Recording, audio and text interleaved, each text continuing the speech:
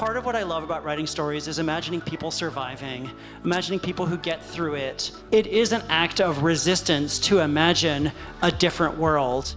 I'm a black man in America. I've been dealing with fake news ever since we've been here. You know.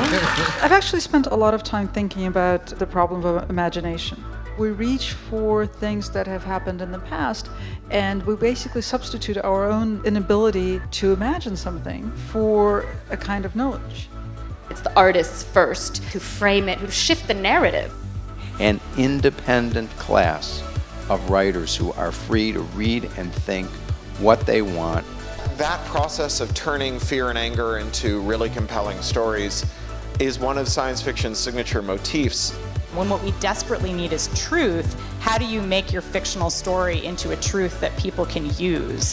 When you, an American, come to my text, you will see yourself. Seeing the joy that people have to see themselves reflected in the work.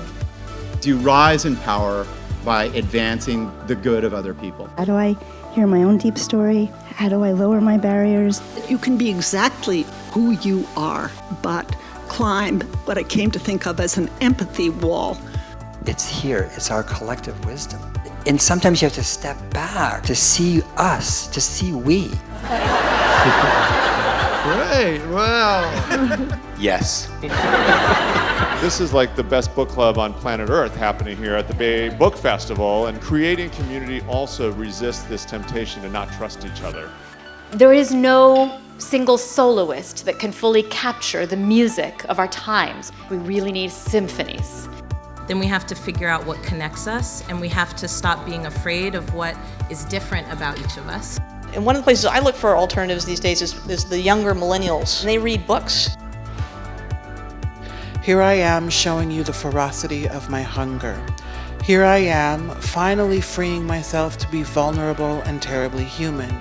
Here I am reveling in that freedom. Here, see what I hunger for and what my truth has allowed me to create.